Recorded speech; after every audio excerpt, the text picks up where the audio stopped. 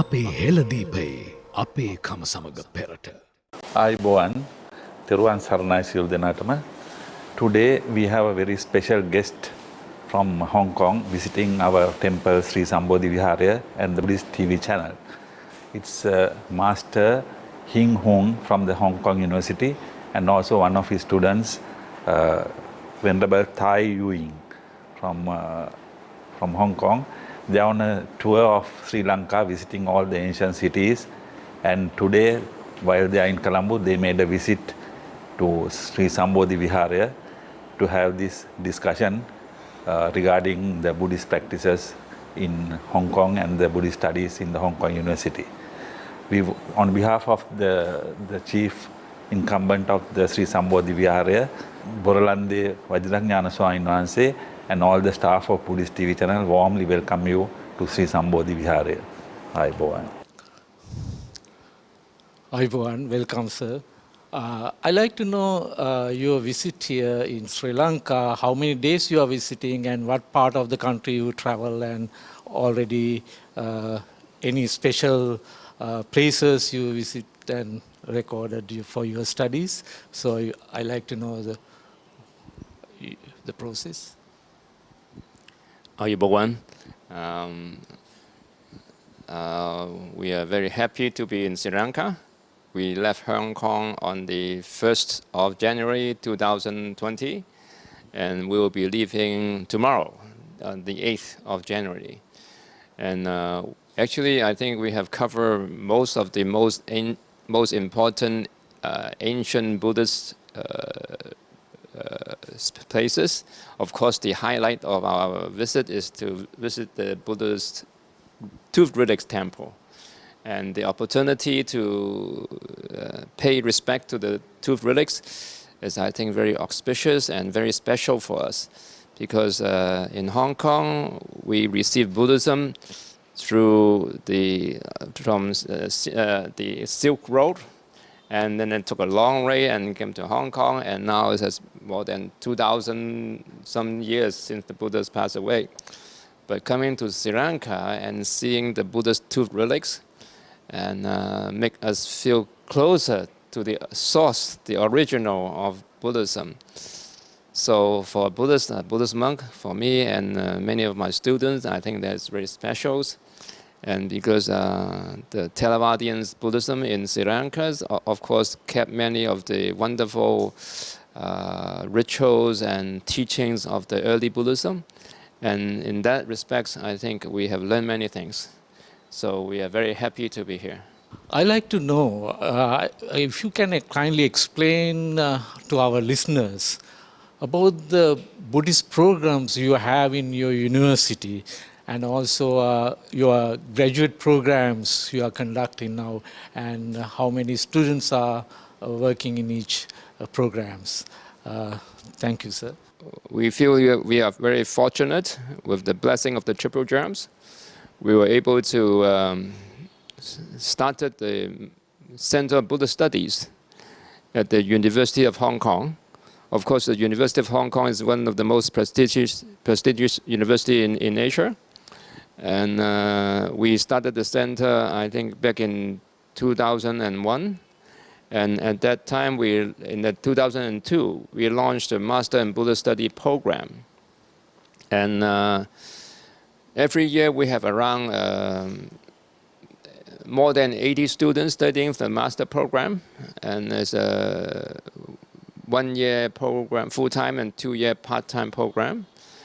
And now we are in the, I think, 17 years. And also together with the Master in Buddhist Study program, we also offer a PhD program in Buddhist Studies. And I think we have now produced many PhD students, and some of them students came from Sri Lanka.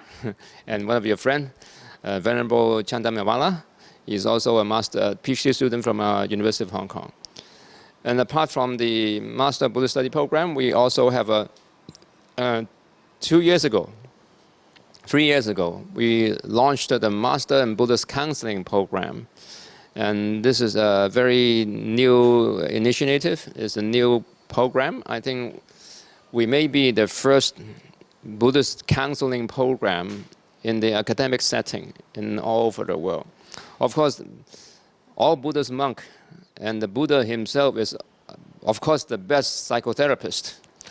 And however, how to apply Buddhist teachings in a secular way, in a way that is easily digestible and received by people that are suffering psychologically in today's world, need to be somehow readjusted, repackaged in a way that is easily digestible for the people that are suffering.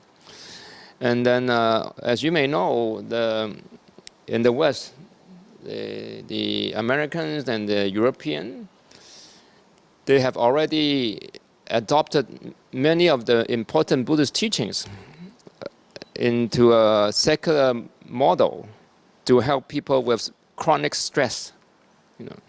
Of course, one of the most important programs is the MBSR, Mindfulness-Based Stress Reduction Program, pioneered by Professor John Kabat-Zinn.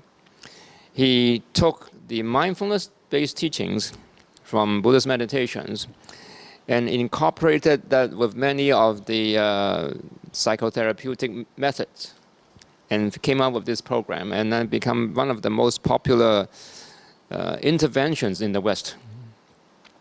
And we feel, being a Buddhist monk, Buddhist teachers, and they only took part of Buddhist teachings, only the mindfulness. And as you may know, that of course you know that there are the 8 noble truths, is the 8 of them, right? Mindfulness is only one. So we think, why don't we take the whole Eightfold Path and develop Buddhist teaching-based interventions to help people in today's world with stress problem, psychological suffering. And we feel that if the Westerner can only take part of the teachings and become so successful, and not only in helping people with pain, but also success in the way in promoting Buddhism in a totally different dimension. Before we promote Buddhism as a mean for people to have spiritual aspiration for religious purposes. But now many people are not religious, but they are also suffering from psychological stress, psychological issues, psychological problem. This is a common phenomena for people all over the world. So in that sense, we feel as a monk, it's almost our duty to help people with suffering, dukkha, in all respects, different aspects of dukkha. If we can help them to relieve their suffering using Buddhist teachings, maybe not in the traditional ways, but in a way that is now be more skillfully presented to them as incorporated with psychotherapeutic activities, program, integrating that with Buddhist teachings. So we call them Buddhist teaching-based interventions, Buddhist teaching-based therapeutic methods. So we start doing this type of interventions, develop this type of interventions, I think now more than 10 years. And recently we have some documented success, not just success, documented success. Documented in the sense that we were able to publish these the articles in respected journals. And in that sense, we are now more or less confident to tell people our intervention really works, because we have objective measurements to demonstrate that these interventions that we develop actually help people in relieving their stress and suffering. So in that sense, we are trying hard to promote Buddhism from the counseling and psychotherapeutic manner. And we hope that with the blessing from the triple germs, that we'll be able to help people with psychological stress. So, Professor, do you use in your university the medical department also for this, or just Department of Buddhism and Department of Medicine, both combined projects, or just individual? How you measure the success? In other words, you are using scientific method like scanning method, brain scanning methods? In the University of Hong Kong, the interdisciplinary studies, interdisciplinary research is very much emphasized. In the Center of Buddhist Study in our center, like you mentioned, the objective documentations, objective measurements of success or data is very important. So we not only use the psychosocial questionnaires as objective measurements, which is an accepted measurement methods in the social science research area. We use the questionnaires as ways to measure the data. The pre and post has a statistical significance. In our center, we are also very lucky. Somebody donated EEG machines to us. So we also run EEG machines, and we hook up people with the EEG machines and the 108 electrolytes and measure the EEG brain waves and see how the EEG brain waves react during meditations, or we show them these painting on the computer and see the reactions from the painting and measuring the EEG waves and see. Then we have an objective ways of measuring the reactions of our research subjects. And these EEG machines and the EEG waves give us objective measurements, and with the objective measurements, we have confidence in telling people, it works. And one of our colleagues, he helped us in doing the EEG the measurements, and we are also using the fMRI machines. The fMRI machines, they measure the blood flow in the brain, and then when they look at this painting and when they chant the Buddha name, one of the research that we did was we invited people that chant the Amitabha Buddha names and asked them to chant the name and look at these pictures, and we measure the brain waves and also the fMRI data on the blood flow of the brain. And in this research, I think we are quite advanced in this type of research all over the world. Yeah. So the fMRI and EEG, I believe, as a scanning method, gives the blood flow in the brain, and from that you can categorize how the meditation affects the brain and then your thought patterns, I believe. Yeah, I like to know how long, if a student enter now to your university to do especially this counseling program, how long he must study to get the certification so that he can practice, and what type of curriculum, sections you divide how many courses he must finish to get them counseling degree. I like to know that part also. In our Master in Buddhist Counseling program, of course this is a very new program. We are now in the second year and the third year of intake of students. For our Master in Buddhist Study program, it's only the first part of our program. If you want to become a professional Buddhist counselor, in the Master in Buddhist Study program, of course, to enter this program, you must have a good foundation of Buddhist studies. So you need to have accomplished or finished the courses on early Buddhism and Mahayana Buddhism. This is a prerequisite to enter the program. We want to make sure that people have a good understanding of Buddhist teachings. We don't want people that don't know Buddhism and come and say, I'm a Buddhist counselor. So that's the prerequisite. Then after you come into the master program, then there are foundation courses. Then 2 foundation courses will be on the foundation of Buddhist therapy, Buddhist counseling. And in that, the professor or the lecturer introduces the theoretical foundations of why Buddhist therapy would work.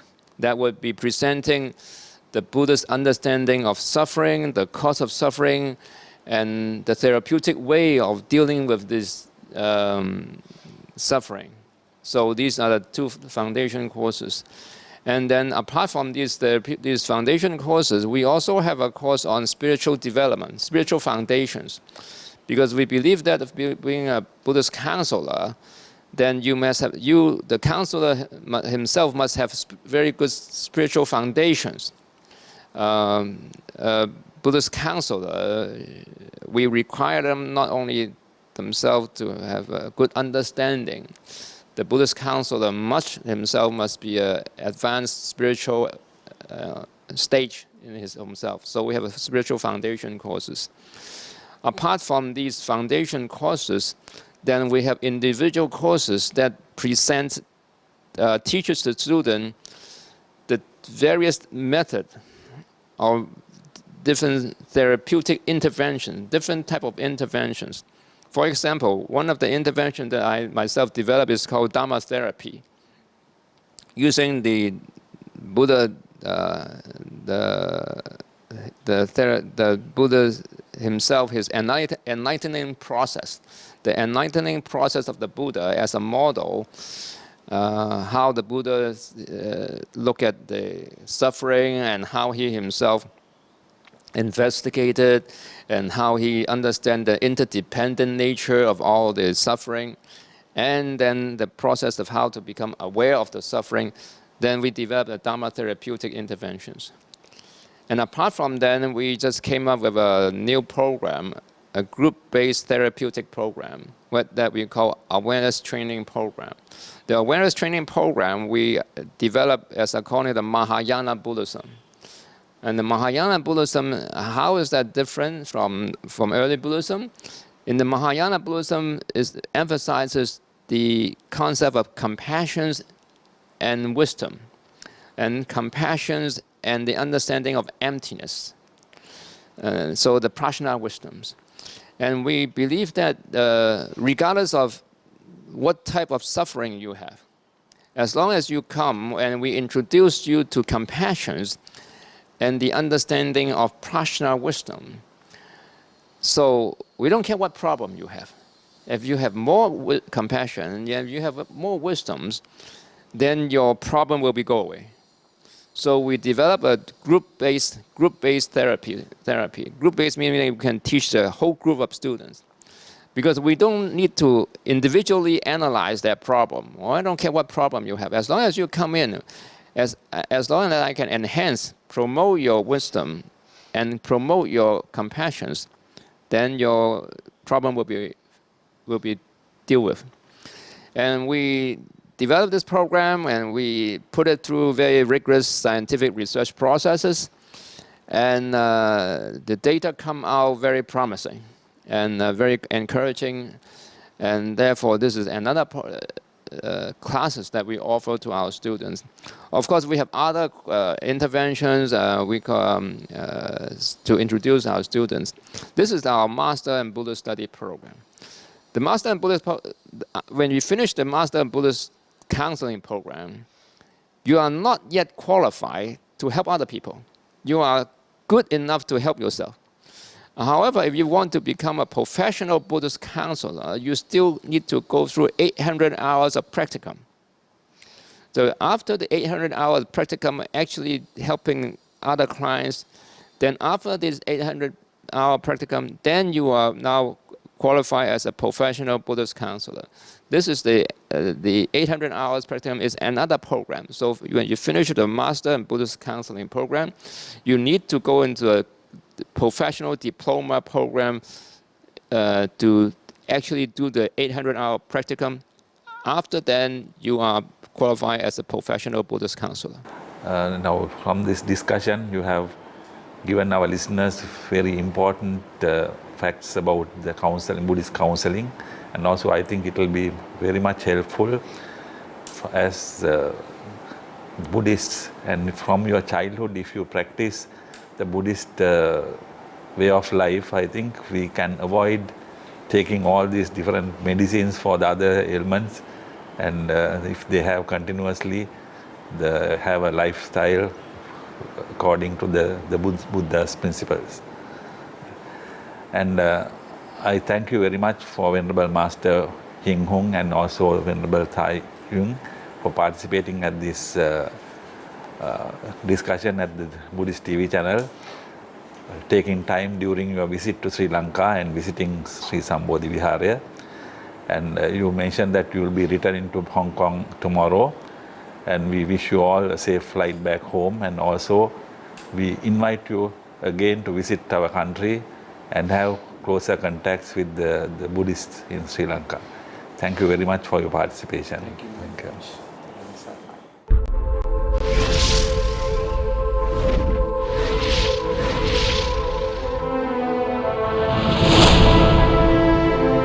The Buddhist. Peace of mind.